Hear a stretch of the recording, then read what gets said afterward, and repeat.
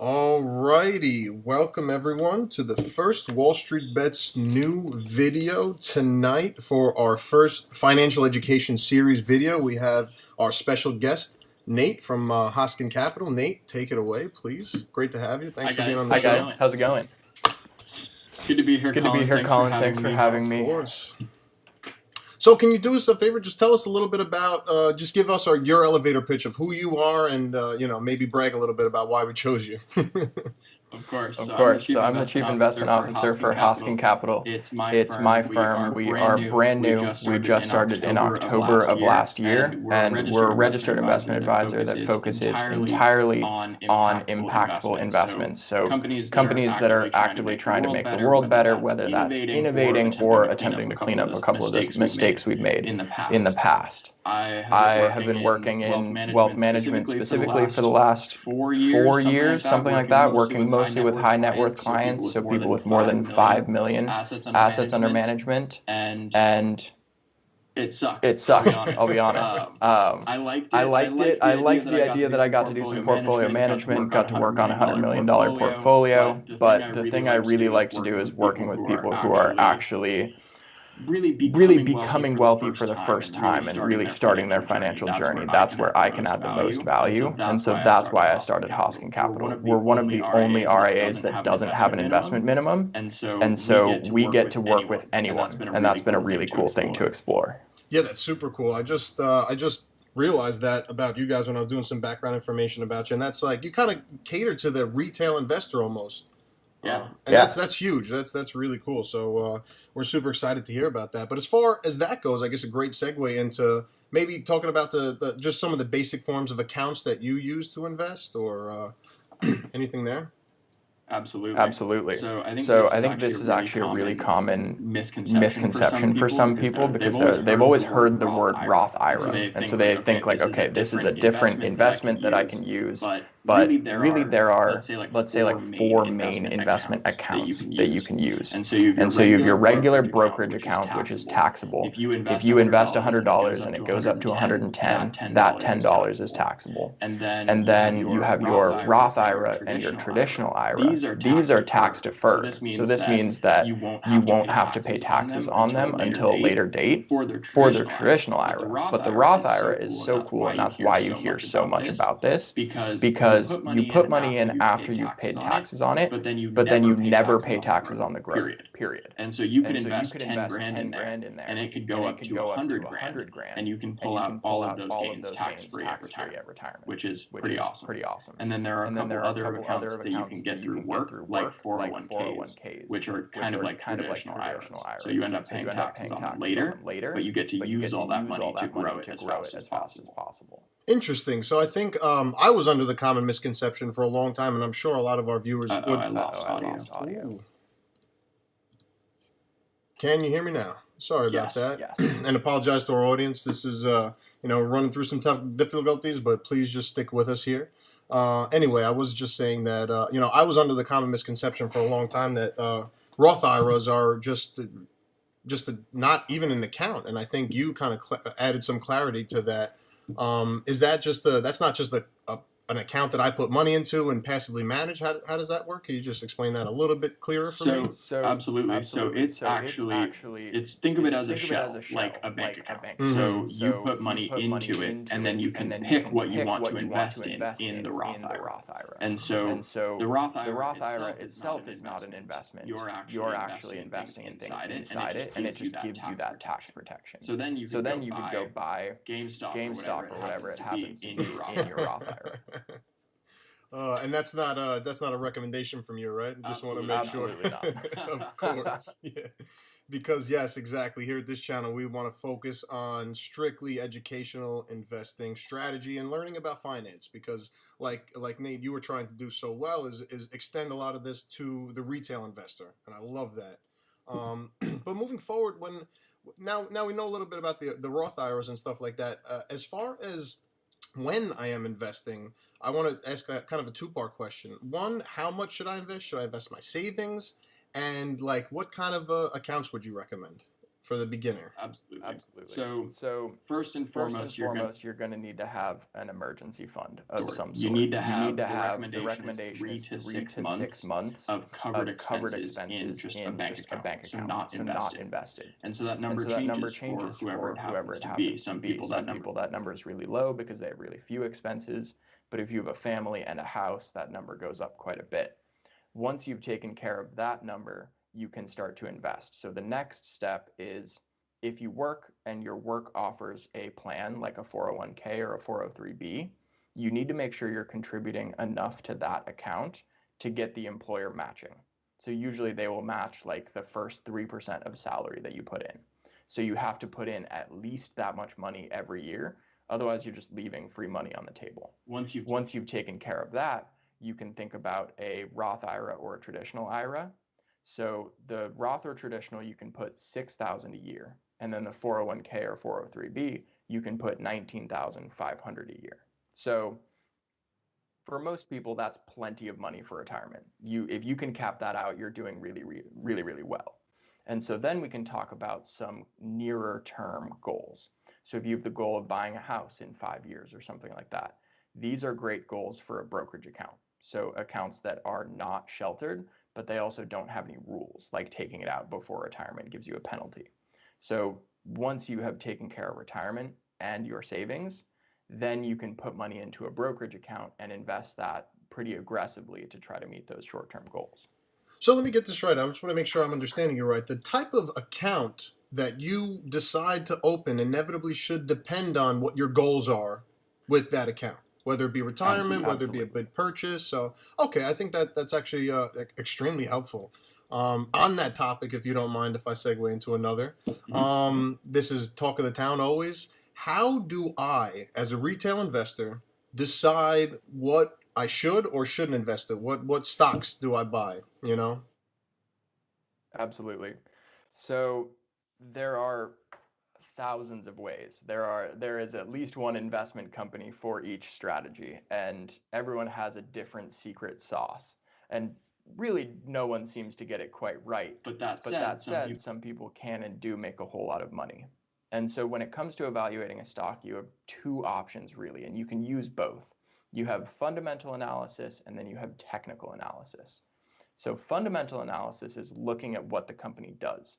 So what do they sell? Who are their customers? And then how healthy are they? So you can look at how much debt they have, how good they are at paying down debt. You can also look at how much money they're making, how much profit they're making. These are the types of things that you can use to evaluate the company itself. And so then if you really like the company and you think it's going to grow, you can invest based on its fundamentals. Or you could do technical analysis. So technical analysis is actually looking at the price movement of the company's stock. So you don't care what the stock is. They could be selling baby diapers for all you care. All you care about is how their price has moved in maybe the 3-month, 2-month, 1-month time horizons. And so there are all sorts of technical indicators. I'm not very familiar with a lot of them, but there are ways of understanding how a company is locked into an uptrend. And you can also monitor things like support lines. So whether or not it has come down to a support and will pop off of it, that's more what technical analysis is.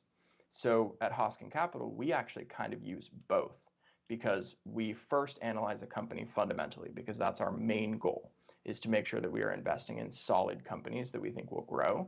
But then you have to decide whether or not now is a good time to buy them, because you could argue that the company is the perfect investment. But if it is the most expensive stock, or it's the most expensive it's been in the last 10 years, maybe now's not the best time to get in. So that's where technical analysis can kind of fit in from a fundamental standpoint as well. So correct me if I'm wrong, but it sounds like, and I'm sure as most of our viewers are probably familiar to an extent with at least the terms fundamental analysis versus technical analysis, you know, the whole horizontal and support and resistance. It sounds like, you know, because both strategies do offer their positives and negatives, but it sounds like you guys really try to capitalize on finding stocks that not only you are familiar with and can say that, like, long term, this looks like, based on our fundamental analysis, looks like a good company to invest in, and then you use the technical analysis to determine that entry point. If I'm understanding correctly? Exactly. Perfect. You nailed it. You nailed it. That sounds great. Yeah, if I can understand it, hopefully everybody else can too. But I mean, I did, because I've been watching a lot of your TikTok videos and a lot of stuff on your Instagram, and you have great content there. And I really want to thank you for that. First of all, but we're going to venture into a little bit more complicated territory, because I had questions that I wanted to know, and I wonder if there's people in the community, and if you guys, if anyone's watching it, have any questions, please feel free to drop them in the chat. We will try to address them live as fast as we can.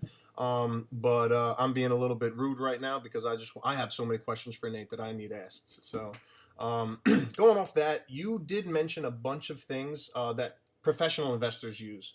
Like valuation models, discounted cash flows, dividend discount models, and such things. Can you just kind of just give us a little bit more insight as to what those methods are, and maybe why they're used so much by these professional investors, and why retail investors don't really know much about them? Absolutely. So all of this that I talk about in the next 5, 10, maybe 20 minutes, if you don't tell me to stop, it's going to boil down to 3 things that you really want to learn about a company. 1, you want to learn if the company is doing something really cool and innovative.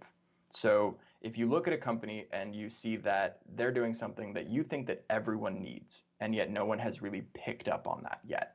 That could be something like providing insurance entirely online, which is something that really just cropped up this year for the first time. And so you might look at that and say, wow, this is something that everyone needs. This is an innovative, growing industry. Boom, you nailed the first part. So then you have to look at the second part, which is the company good at doing what they're doing? And you then have to evaluate how good they are at it, right? So how profitable are they? I've talked about that a little bit. And then finally, you have to understand how healthy the company is. So you have to understand how much debt they have, how good they are at paying down that debt, and how at risk they might be of bankruptcy and other issues like that. And so the valuation models that professionals use try to take all of these into account. So you mentioned a couple. You mentioned the discounted cash flow model specifically. And so the discounted cash flow model tries to put a price on a stock based on how much free cash flow the company has and how that free cash flow has been changing in the last couple of years. And so, for instance, let's say you own an apartment building. So if you own an apartment building and it has 10 units and you can rent them out for, let's say, $1,000 a month, then you're going to have a certain amount of income every single year. But you then have to subtract out all of the expenses that you had, right? So you have to subtract out anything you might have paid the management company, anything you might have paid to furnish the apartments, to repaint them, to clean them, etc. And so at the very end of all of this long list of expenses, you end up with your free cash flow. Your free cash flow is the amount of actual cash that went back into the bank at the end of the year. And so this number is the number that would then go into retained earnings, or it would actually go to the shareholders in most cases. So this is what will allow you to increase the value of the equity in the company. So this is why we use cash flows. And then you say, okay, let's say this apartment building of mine is going to pay out 100 grand every year consistently. That's going to be the free cash flow. So then you have to ask, well, how long is it going to do that? And as I become more efficient, is it going to earn me more money? Maybe there's going to be an increase in housing values, so I can make more money off of this property. And so you say, I'm making 100 grand now. Let's say it's going to grow at 2% every year forever. So then you can use the time value of money, which is just discounting those cash flows back to the present period, and you can nail down the present value of all of those cash flows.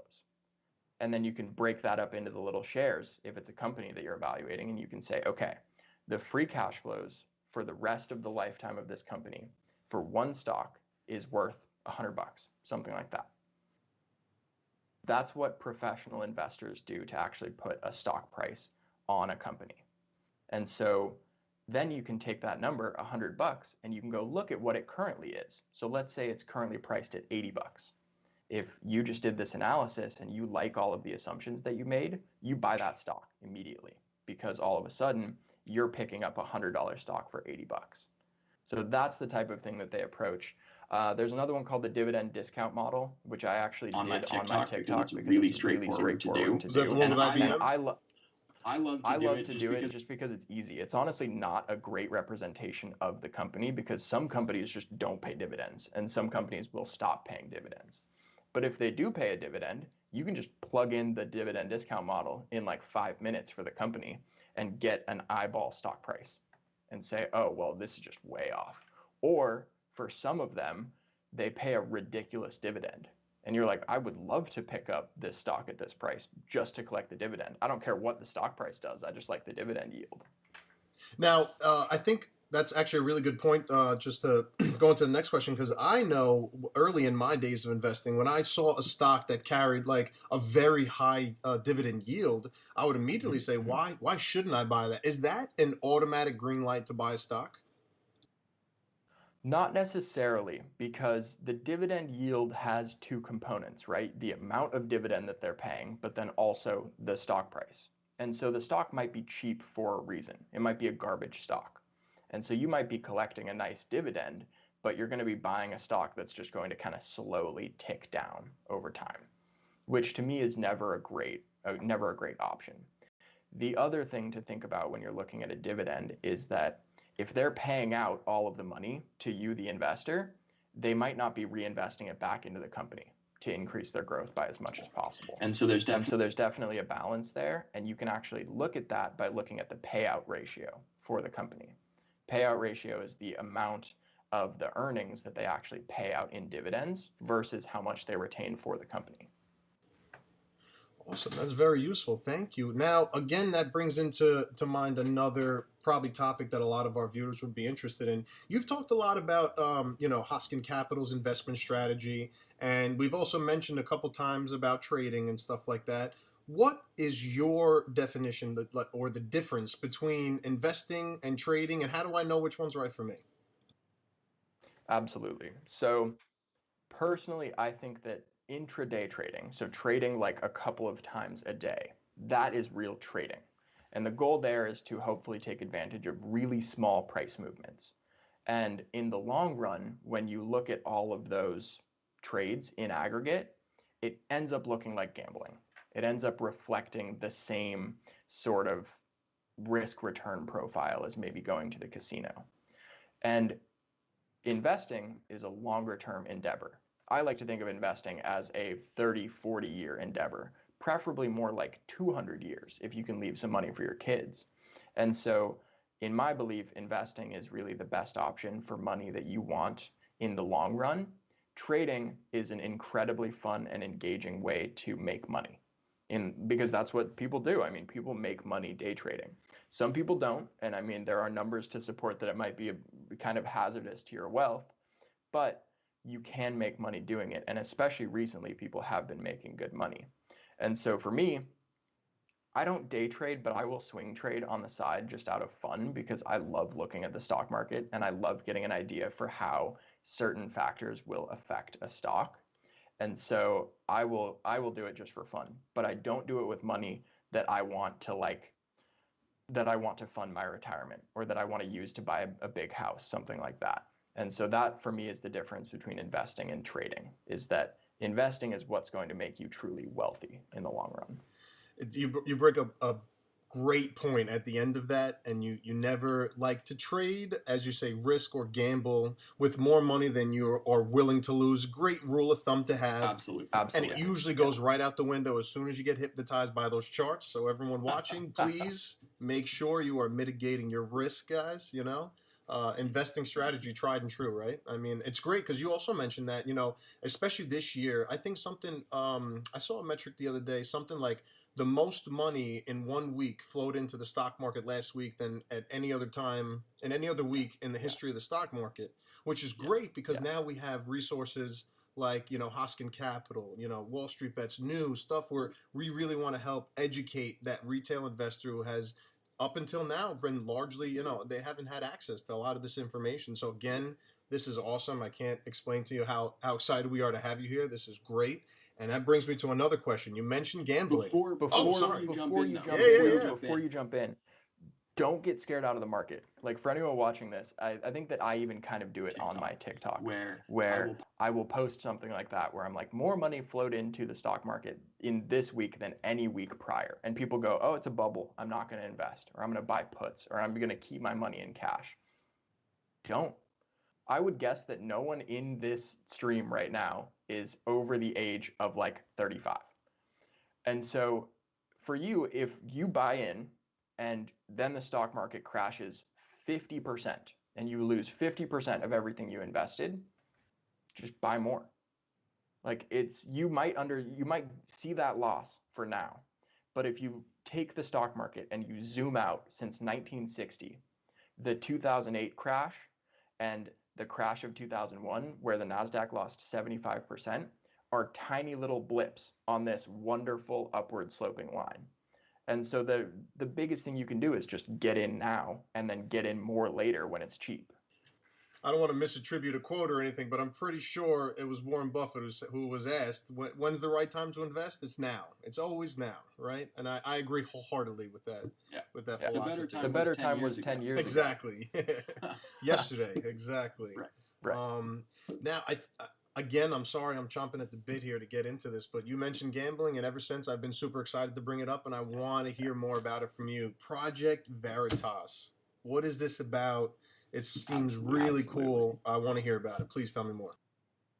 Okay, so Hoskin Capital is doing Project Veritas. This is March 25th, 26th, we're hoping. And what we do is we pick some highly debated topic in finance and we test it. But I'm not really a data cruncher guy. I don't like to sit here at my desk and just like crunch numbers the entire day. And so we want to make it a really active, engaging way of collecting data. And so what we're asking 100 day traders to come in and do what they do best for 2 days. And the reason is because we want to test the hypothesis that I have, that we as a company have, that day trading is just gambling and that it is the same as going to a casino in terms of risk return profile. And so we're hopefully going to pull in 100 traders for 2 days and end up with 200 days of trades, so that we can look at it and we can get a good understanding for how much money people made, how much risk they took, and then also how they acted. So we're going to ask these traders to record their audio, and they're going to talk as they trade, and they're going to justify their trades so that we can then line up how they're feeling and how they're expressing with how they're trading. And we're then going to compare it to casino gambling. And obviously I carry a bias, so we're partnering with an independent data company called Mesa AI, and they're going to do all of the data crunching. They have historically done work for hedge funds, both in the United States and Germany. And so they're going to be doing the hard data and actually giving us the results. And this is a really cool opportunity for the traders because you get to test yourself against other people and against the machine, but you also get to understand what you're doing while you're trading, because it's going to force you to sort of look back and say, wow, okay, I did get really emotional there. And I did make mistakes. I did start to get on a cold streak and start betting more. And so for the traders, it's going to be great, but we don't want to limit it to just 100 people. So we're also making it available to participants, and we're going to make it a whole event. I think it's gambling, so we're taking the whole Hoskin Capital team to Vegas, and we're going to pull in a bunch of guest speakers on Zoom, of course, because of COVID. But we have one guy hopefully coming in from Goldman Sachs.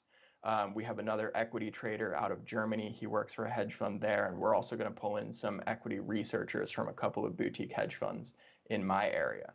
And so the hope is for even the people who don't necessarily want to day trade with us, they get to come in and learn an incredible amount from some very smart people in the industry over this 2-day event.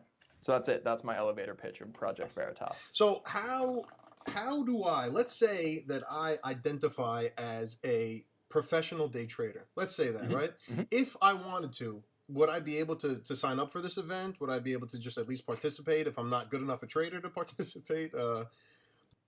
Yes, absolutely. So there is no experience requirement. If you believe that you have what it takes to trade with us, then you can sign up. You can RSVP. And if you don't want to trade, you can also RSVP as a participant.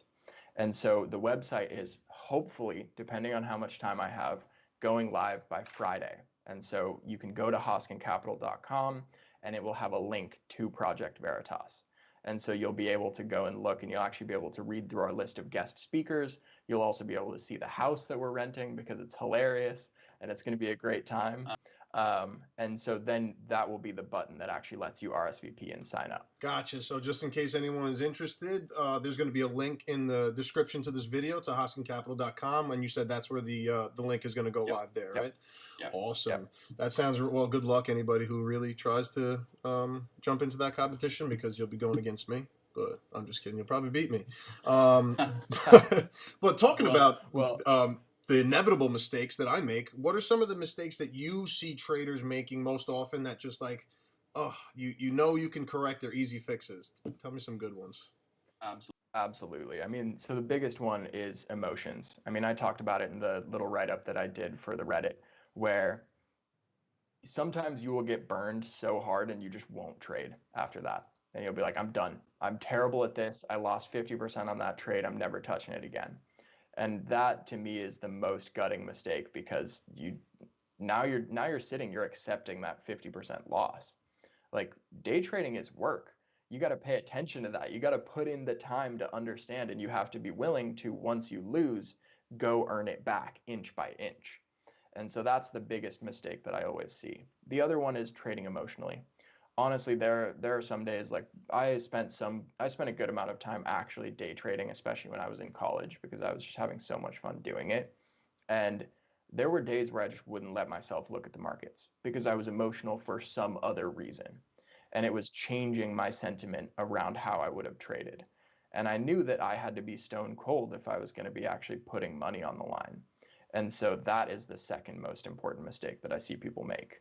And that can snowball on itself, because if you wake up super excited and you buy in like 6:30 a.m. I'm on Pacific time, so markets open early here, and you make a great trade in the first hour. Then you just keep trading, and you might be up $1,000 for that day. And you keep trading and you keep getting excited, you keep rolling those dice, and by the end of the day you're down. And so for me, I like to take my wins and then just be like, cool, I'm done. I hit my cap. I'm ready to go. You can't lose money if you take profits, right? I mean, as me, I personally, I wouldn't consider myself a professional day trader. Been in the industry for a long time. I mean, it is my job. It's what I do for a living. But at the same time, I could definitely relate to what you're saying about, getting emotional, because a lot of times we feel like the market's against us, or it's right behind us when we're doing our best. And, I don't know, maybe you could speak to this a little bit better than I can, but I know some of the biggest lessons that I've learned and some of the most impactful takeaways that I've gotten out of trading were at my worst moments. So like when I just cleared an account, I just figured, I don't have any money left. What do I do now? And just that slow grind, the gradual grind of just taking profits instead of just chasing that big play and going. That's again day trading, but I can relate heavily to that. What have you gone through? Have you experienced anything like that? Absolutely. And the same goes for investing. I mean, I say investing is the key to building long-term wealth, but that doesn't change the fact that you can get wiped out in 10 days. I mean, maybe it's not as aggressive. Maybe you're not buying Tesla puts, and so you just get obliterated in a day. But you're still going to lose big. And those are going to be your biggest learning moments, especially because, at least in my experience, when you lose, you pretty much always know why. When you win, sometimes you're like, oh, sweet, I got lucky. But when you lose, you're like, I missed that thing. I forgot this piece of information. And so for that reason, losing money to me, as you said, is going to be way more educational. And it helped me become a better investor over time. Definitely. That ability to, really separate the emotion and get it into, cold and calculated. You do have to be a little cold when you're talking about both investing and trading, I think. I agree 100% there. But it's funny, you mentioned it, and now it sparked in my mind, and now I'm curious again. We talked briefly yesterday about this whole process with Apple. Do you think you could walk me through that again for our viewers, if that's all right with you? Absolutely. Yeah. So I wrote up a little bit about this when we were doing the article that I put on the subreddit. And the idea was you take a company and you break down, as I mentioned, if they're doing something cool, if they're good at what they're doing, and then also if they are healthy. And so I'm just going to walk you through. We'll use Apple just because that's like a really big name. It's obviously not an investment recommendation. I just pulled it out of a hat. And I'm just going to walk you through the things that I look at when I'm looking at a company. So I actually have it pulled up on my screen. And one of my favorite apps, I'm not sponsored at all by these guys, but one of my favorite free applications to use if you want to look at a stock is called Koifin. And it's incredible. I love it. So can I share my screen? Is that a thing? Yeah, let's go ahead and try it. Let's try it. Let's try it. Anyone watching, please bear with us. We might run into technical difficulties, but I think it should work. Let us know if something breaks. But can you see it? Let's see. I think this. I'm still seeing you. Let me see if I can mess with my end. All right. And I think. There we go. I got it. You are up. Beautiful. Okay. Beautiful. So I just have Apple pulled up here. This is Koifin. This was an app created by a couple of Bloomberg expats that were ridiculously overpriced software. And so they use a lot of the same data feeds, and you can get some really good info from this application. And it's totally free. So I love it. So right now we're just on the overview of Apple. And this will give you some really good information about what they're doing. First of all, pricing. Obviously, this has been a really good year for pretty much everything. So you can see a pretty consistent uptrend, tend to like that. But you can also get a good idea for how the stock acts. So beta represents how a company moves in relation to the S&P 500 specifically. And so a beta above 1 means that it is more volatile than the S&P. The way the metric is actually set up is if the S&P 500 goes up 1%, Apple is projected to go up 1.18% because their beta is 1.18.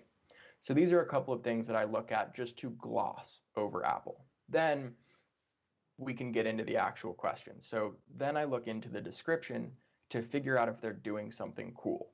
So Apple designs, manufactures, I can read this to you, but we all know what Apple does.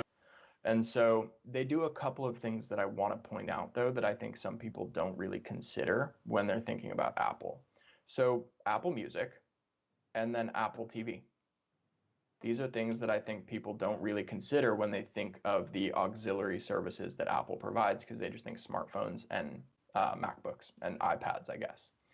And so then you can use this description as a way to dig in and say, okay, is this company doing something innovative? Well, they are live streaming movies, videos, and they actually have a streaming service, not only for shows, but then they actually have the little box, the Apple TV. We know that this is an incredibly quickly growing industry. We're seeing it's being subset, like we have new things like Peacock rising up. This is obviously a growth industry, so we like that. Then you also have Apple Music and Apple Music streaming, which again is just an interesting idea. And so you can draw your own conclusions about whether or not you think these different industries that Apple has their hands in are going to grow. But that's going to give you the idea of, are they doing something that's innovative? So the next question is, are they good at what they're doing? And so we want to dig into their financial analysis. And I love to just go to the income statement, because for me, the simplest thing is, if a company is good at what they're doing, they're going to make more money this year than they made last year and the previous year. And so I love these little spark lines that they have, because you can just look at the revenue of Apple, and they have just been consistently growing their offering year after year since 2011. And so this is an immediately good sign. Okay, they have growing revenue, and then that's fine. They might be selling things, but what if they're just not making any profit off of it? So then we can dig in and we can check out how much net income they made. And you can determine what story this tells for you and whether or not you like their growth pattern and if they're truly good at what they do. Then you can dive down a little bit more, and you can actually start to look at, let's see, I think it's on their balance sheet. Let's see if I can find this. I always forget where it is. But what I want is their activity ratios. let's see, where would it be? Profitability? Yeah, here we go. Okay. So what I'm looking at is actually asset turnover. So this is one type of activity ratio, and this is how quickly are they moving inventory? How quickly are they receiving income? And so this tells you a more in-depth story, a more rich story about how good they are at collecting on everything. So if they're buying a whole bunch of products from China or wherever they have their phones manufactured, but then they're just sitting in their warehouse for days and days and days and not being sold, that's an issue because there's a carrying cost there. You're paying rent on those warehouses. And so you can get a good idea of how quickly they're turning over their accounts receivable, how quickly they're turning over their their inventory, as well as their fixed assets. So these are things like buildings, things like that. So you can then take these numbers and compare them against others in the industry and say, are they doing this better than other people? So those are a couple of easy things to look at. Then we can consider, is the company healthy? And so you can look here for short-term liquidity. Sorry, let me back up. Healthy is how good is a company at staying ahead of its debts? Are they just doing the company equivalent of spending on a credit card and just racking up debt and not necessarily being able to pay it back? That's a red flag. And so we can look and we can see their current ratio and their quick ratio. So current ratio is going to be their current assets divided by their current liabilities. And so this pretty much says how much stuff do they have on hand compared to how much debt they have. And so having this at 1 or below is pretty nice. I mean, because Apple is so big, they can borrow for essentially free. And so having these types of short-term liabilities aren't going to be that much of a problem. So then the final stage would be to look at solvency. Solvency is, do they have enough money to not go bankrupt if stuff hits the fan? And so you can look at their total debt to equity as well as their long-term debt to equity, and these will give you a really good idea of how well they can cover their debt. And then you can look at interest rate coverage and get a good idea for how well they can cover their interest payments. So that's it. This is like the first 5 minutes that I spend on any stock that I look at, is I answer those questions. But then obviously, especially when you're making an analysis that you're considering putting hundreds of thousands of dollars into, you need to do more than that. So I'm not going to dig into the more in-depth process that I go into when I'm evaluating a stock, but that's a great place to start for anyone, because then you can just dig into each of those different metrics and get a really good idea. No, that's very helpful. And again, that's for those of you who may not be, it's Koyfin, Koyfin, Koyfin. That looks like a super helpful tool. I'm actually, I've never seen that before. And it's funny, we're starting to get some questions in the chat, so I wanted to bring you back really quick, if you don't mind. Even though that is love, oh, perfect, even better. Let's see if I can get you back on my end.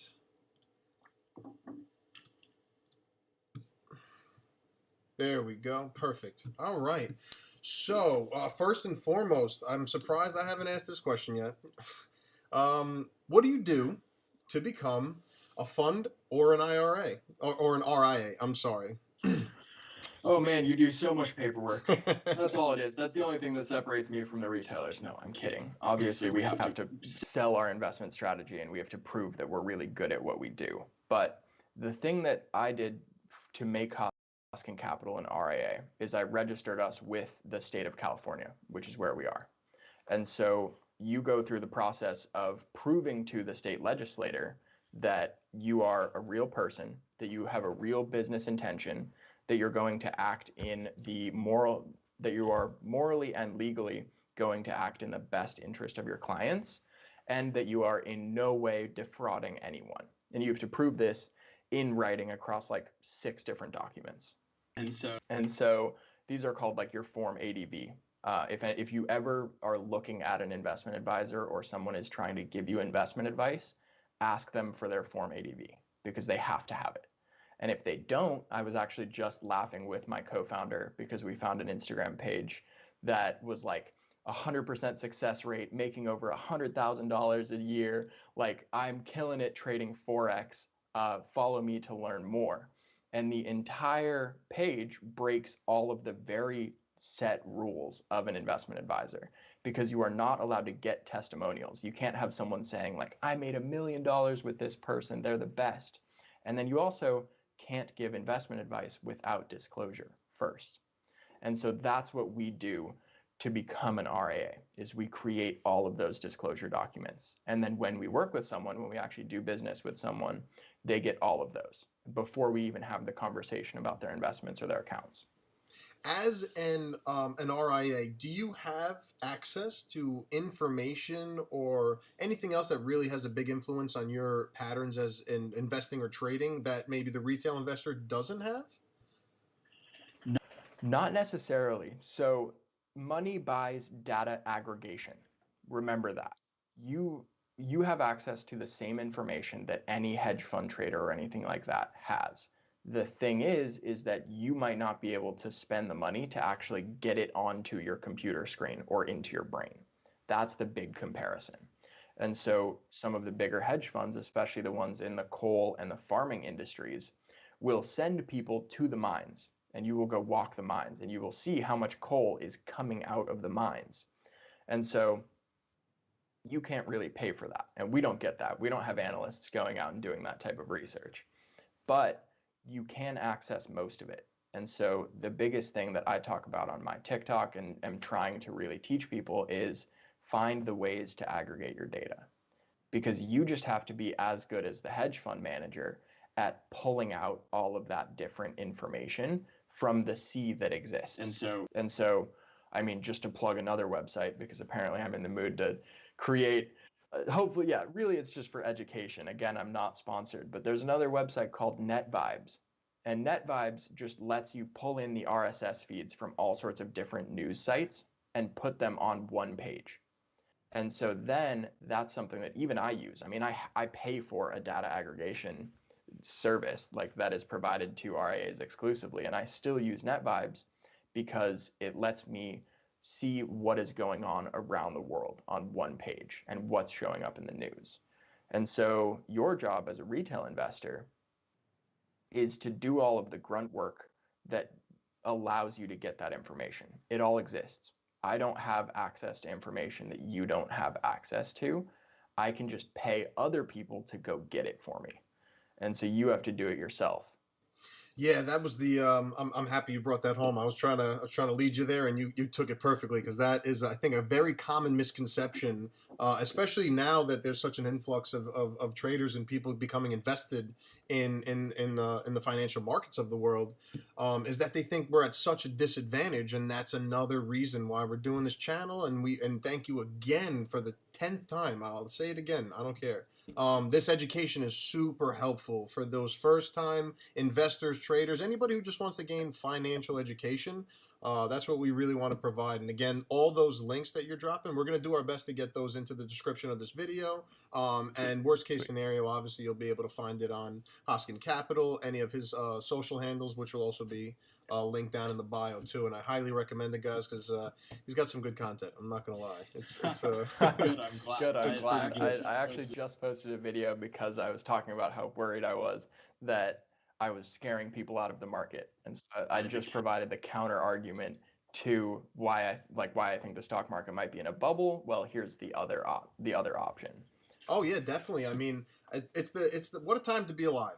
You know, it's so great, especially if we can get through that fear and that uncertainty and that doubt and just get through it all. Invest in the long term, because, like you said before, you zoom out on that chart. The stock market has done one thing over the years, and that's it, nothing else. And that's super cool. So I guess I'm gonna try to rewind a little bit and go back to the basics. When I'm first starting out, should I invest whatever I want to invest all at one time? Should I do it in levels? Like, how much should I invest right at the beginning? I love this, and this is even more important nowadays, because the higher the stock market goes, the more risky it becomes. That doesn't necessarily mean that it's going to come crashing down. The probability just gets higher with each tick upward. And so when you're in a situation like this, where markets are at record levels, it makes a lot of sense to do part of it and then wait, and then do another part of it and then wait, and then do another part of it and then wait. And so This is called dollar cost averaging. I'm sure a lot of you guys have heard of that. DCA is really common, but I don't like DCA. And the reason is because sometimes you just miss out on gains because of pure DCA. And so most of you are going to be doing DCA regardless because you get a paycheck or something like that. You have extra money, so it's going to be going into the markets. And so the way I like to set it up for my clients is if you have 10 grand right now, and then you're going to be adding $500 a month every single month indefinitely, like you retire in 30 years, something like that, then just put the 10 grand in. But if you have 10 grand and then that's all you're planning on putting into the markets over the next 5 years, then you need to split it up and you need to do DCA. It's not necessarily about just putting in $500 right now. It's more about making sure you have dry powder on the sidelines constantly to be putting more money into the market if it goes down. That's very helpful. I think, especially considering the fact that I think just what you're highlighting there also can serve as kind of a warning to a lot of our viewers that if you see people who advertise things that are one size fits all and have rules that just have blanket statements in them, be extremely weary at first. If you guys notice, every time I ask Nate here a question, he says it depends. It depends what your goals are. It depends, and that's a reasonable answer, and that's the answer you want to be looking for. And today you're going to see hundreds. I'm sure you've seen them all over YouTube. You've probably seen one, today, maybe before this video. Who knows? We're not putting ads on it yet. But anyway, they're all out there gimmicky. Be careful. The best defense you can do for this is just to educate yourself and keep coming back here. Definitely. Couldn't agree more. So just with that, I mean, I want to make sure, because I had so many questions for you. I think I went through most of them. And did you have anything you wanted to add on at the end here?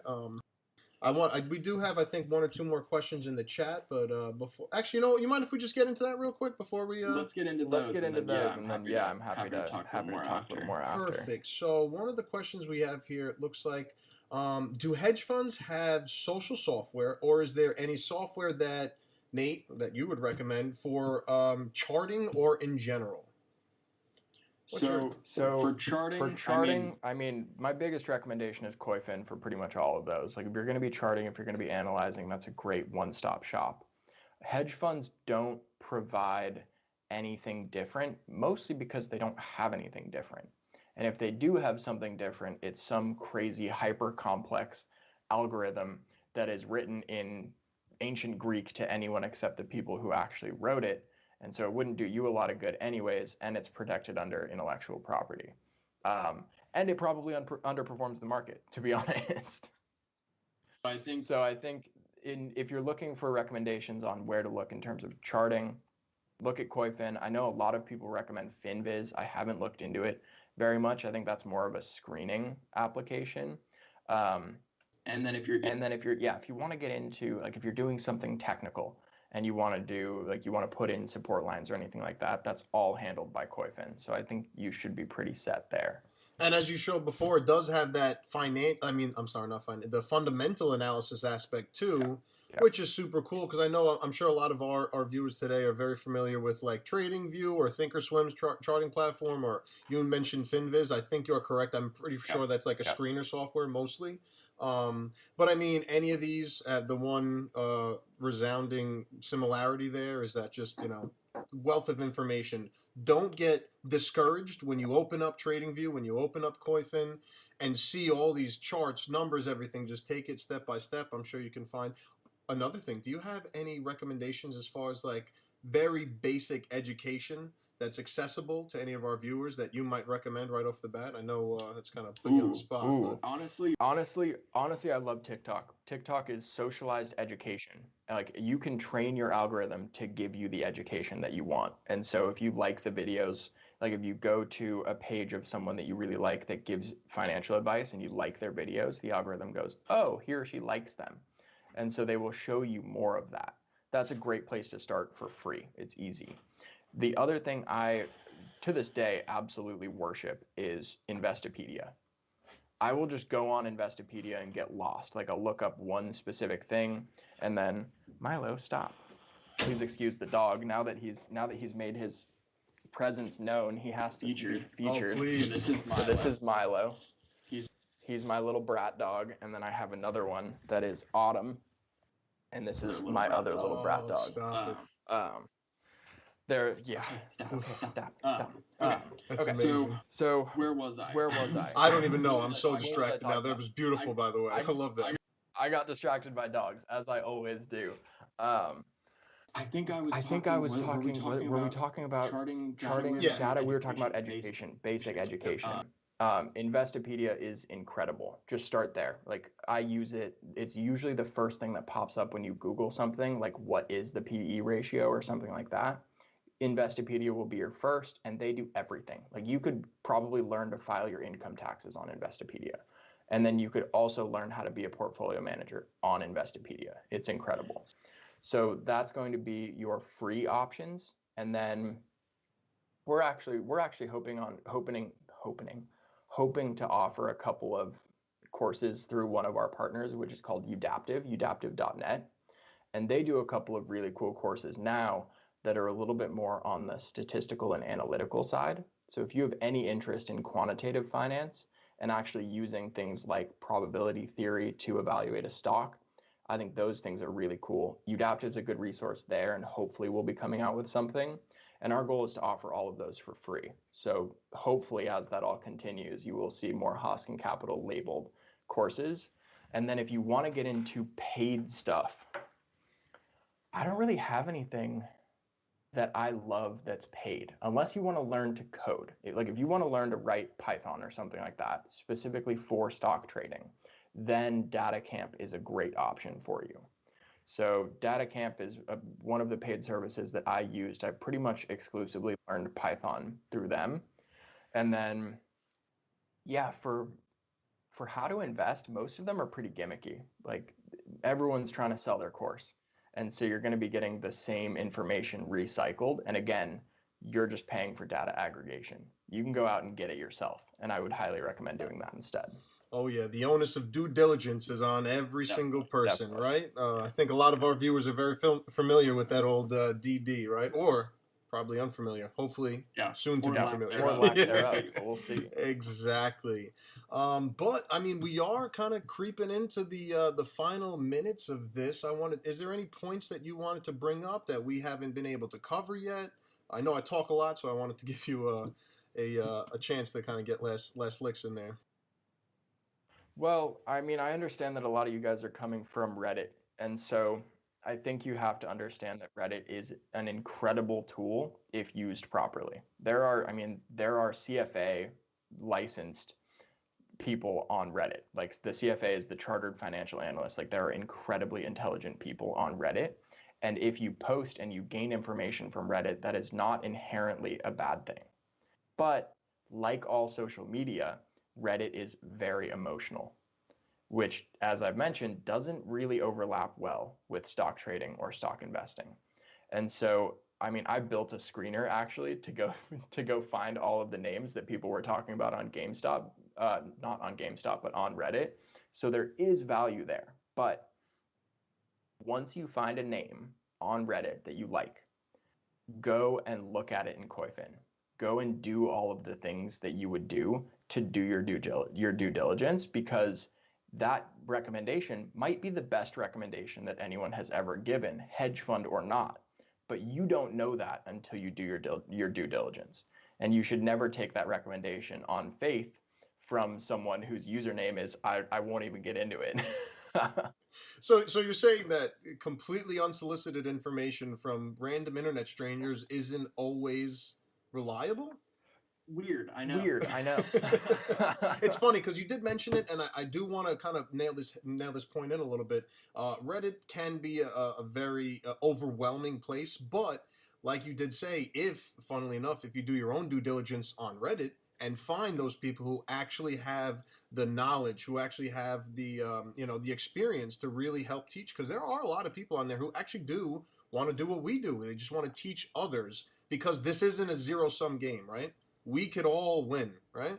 I think that's the idea, and I think the idea of this channel, and I think the idea of this subreddit and everything we touch by extension is the embodiment of that. We want to make sure that everyone has access to financial education that's easy to understand, and we're going to keep bringing on really cool, awesome guests like Nate here, who has been awesome tonight. Make sure you check out Hoskin. I'm sorry, I said that wrong like 3 times tonight. Hoskin Capital at in the links below. Check out all his social handles too, because he's been really cool helping us out and doing this with us, and we really appreciate it.